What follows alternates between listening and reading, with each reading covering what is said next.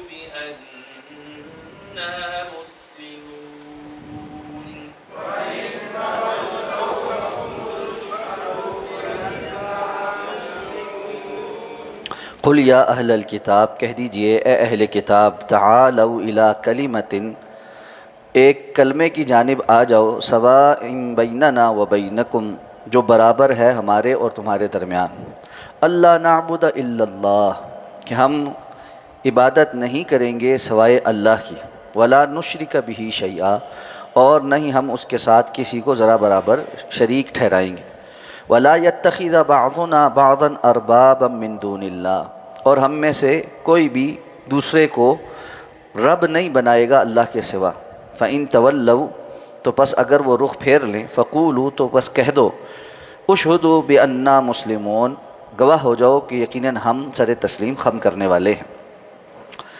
گزشتہ آیات تک نجران کا جو وفد تھا ان کے ساتھ جو گفتگو تھی اور ان کے ساتھ جو دلائل تھے وہ نازل ہوئے اور وہاں پر ان کے معاملات ختم ہو گئے۔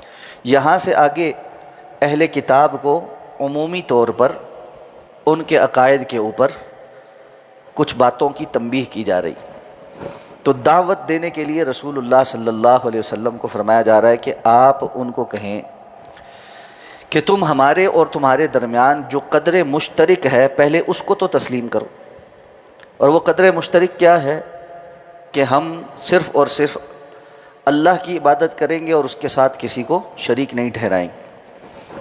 مشرکین مکہ کا معاملہ کچھ اور تھا اور دیگر ادیان کے لوگوں کے معاملات مختلف تھے، لیکن چونکہ یہودیت اور عیسائیت تورات اور انجیل کے ماننے والے اور بنی اسرائیل پر جو انبیاء اللہ نے مبعوث فرمائے وہ اللہ کی جانب سے تھے اور یہ آسمانی مذاہب ہیں، تو اس لیے اللہ تعالیٰ نے ان کو مخاطب کر کے رسول اللہ صلی اللہ علیہ وسلم کے ذریعے یہ پیغام پہنچایا کہ جو قدر مشترک ہے، جو اساس ہے دین کی، سب سے پہلے اس کو تو تسلیم کرو۔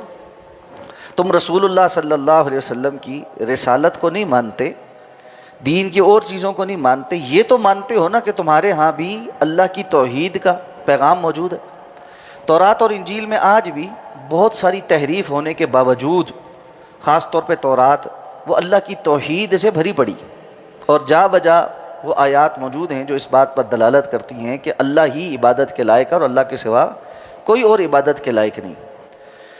اچھا، بعض لوگ اس مغالطے میں پڑ جاتے ہیں کہ اس کا مطلب یہ ہے کہ رسول اللہ صلی اللہ علیہ وسلم پر ایمان لانا اور آپ کا کلمہ پڑھنا یہ ضروری نہیں۔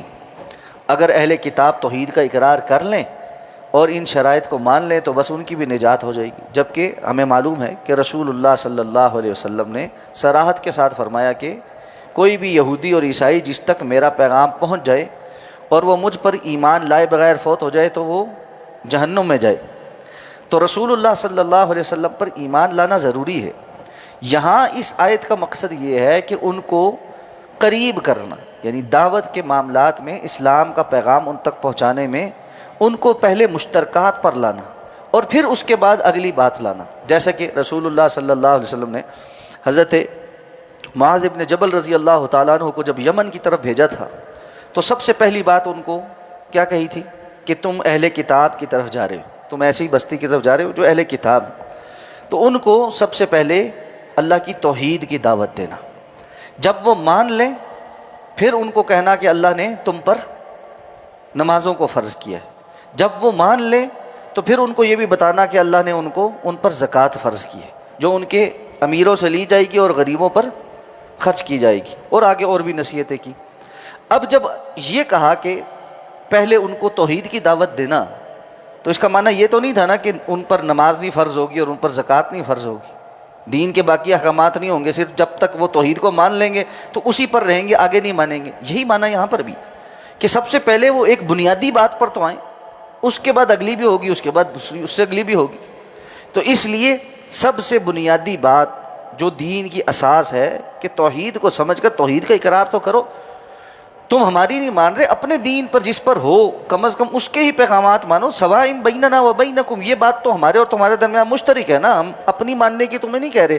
تم تورات انجیل میں سے تو دیکھو کہ اللہ کی توحید کا اقرار کس قدر ضروری ہے، اور یہ بات ذہن میں رہنی چاہیے۔ یہاں پر بھی اللہ نے یہی اسلوب اختیار کیا ہے کہ اللہ نعبد الا اللہ ولا نشرک بہ شیئا، ہم اللہ کے سوا کسی کی عبادت نہیں کریں گے اور کسی کو اس کے ساتھ شریک بھی نہیں ٹھہرائیں گے۔ یہ بات ہم پہلے بھی متعدد بار کر چکے۔ توحید جو ہے وہ ہمیشہ نفی اور اثبات کے ساتھ، توحید ہمیشہ نفی اور اثبات دونوں کے ساتھ۔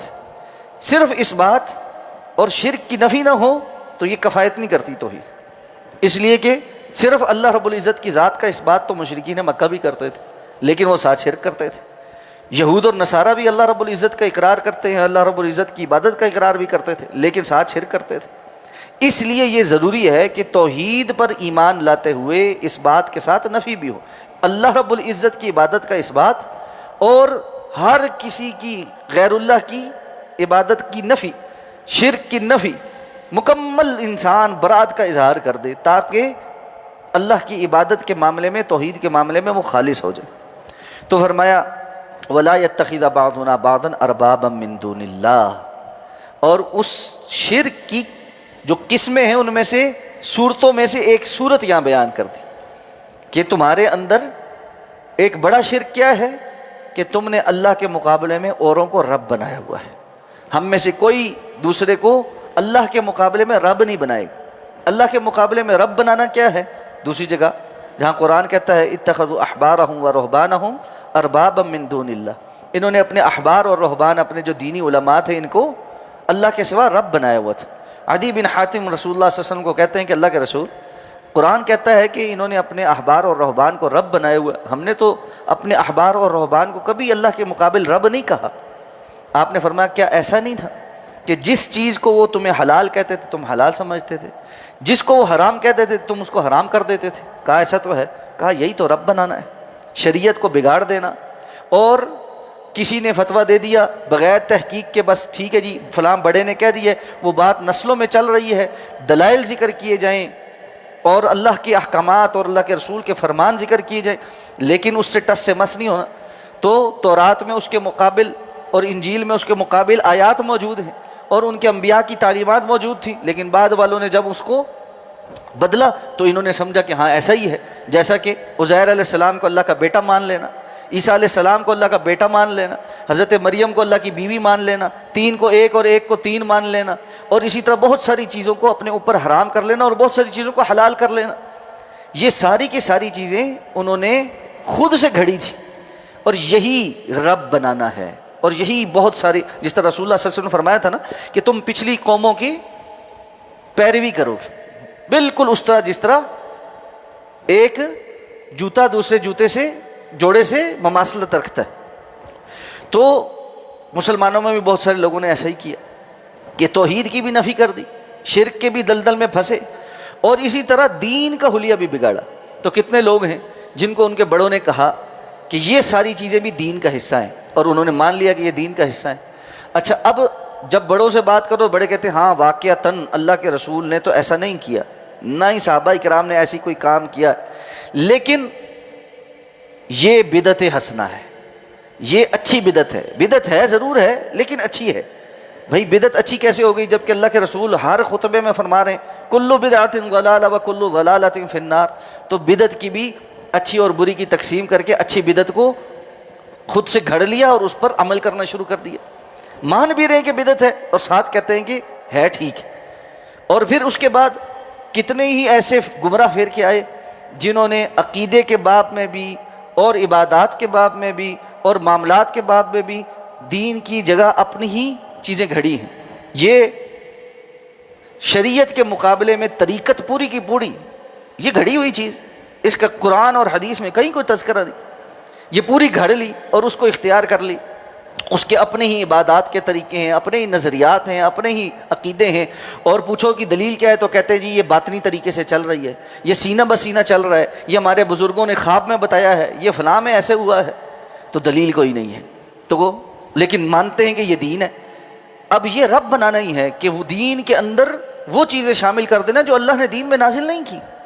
اسی طرح کچھ گمراہ فرقے ہیں جن کے بڑوں نے ان کے اوپر سے نمازیں معاف کر دی اور ان کو کہا ہے کہ جی تم جو ہے تمہارے اوپر سے فلاں فلاں نمازیں معاف ہیں، اور نماز کی جگہ جو امام حاضر ہے اس کی تصویر اور اس کا کچھ ذکر یا اس کے جو ہے وہ جو جس وقت وہ تقریر کر رہا ہو یا اس کی تقریر ٹی وی پر نشر ہو رہی ہو اس وقت اس کی جانب توجہ کر کے اس کی بات سن لینا، اور جس چیز کو وہ ان کے لیے مباح کرے اس کو مباح سمجھنا، اور جس چیز کو وہ ان کے لیے حرام کرے اس کو حرام سمجھنا. یہی ہے ارباب من دون اللہ. بندہ بسا اوقات حیران ہوتا ہے کہ یہود و نصارہ یہ کیسے کرتے تھے.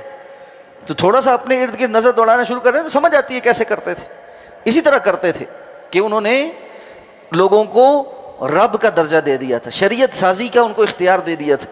کوئی پوچھ نہیں تھی کہ کس نے کیسے کس دلیل کے ذریعے اس چیز کو حلال کیا اور اس چیز کو حرام کیا ہے. تو اللہ تعالیٰ نے فرمایا فَإِن تَوَلَّوْا، اس سب کو جاننے کے باوجود اگر وہ پس رخ پھیر لیں، فَقُولُوا، تو آپ ان سے کہو، اشہدوا، تم گواہ رہنا، بِأَنَّا مُسْلِمُونَ، ہم سر تسلیم خم کرنے والے.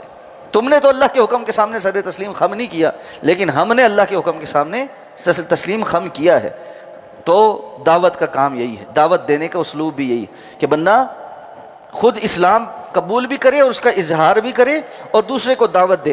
اگر کوئی دوسرا نہیں مانتا تو وہ اپنے اسلام کے اوپر قائم رہے. اسی کی بنیاد پر رسول اللہ صلی اللہ علیہ وسلم نے دعوت کے لیے خطوط لکھے، اور آپ صلی اللہ علیہ وسلم نے ہرقل روم کو اور دیگر بہت سارے لوگوں کو جو خط لکھے اس میں یہی والی آیت لکھی. اہل کتاب کے کو کہاں جو خط لکھے اس میں یہ والی آیت لکھی باقاعدہ، تعالوا الی کلمۃ سواء بیننا وبینکم الا نعبد الا اللہ الی آخر الآیہ.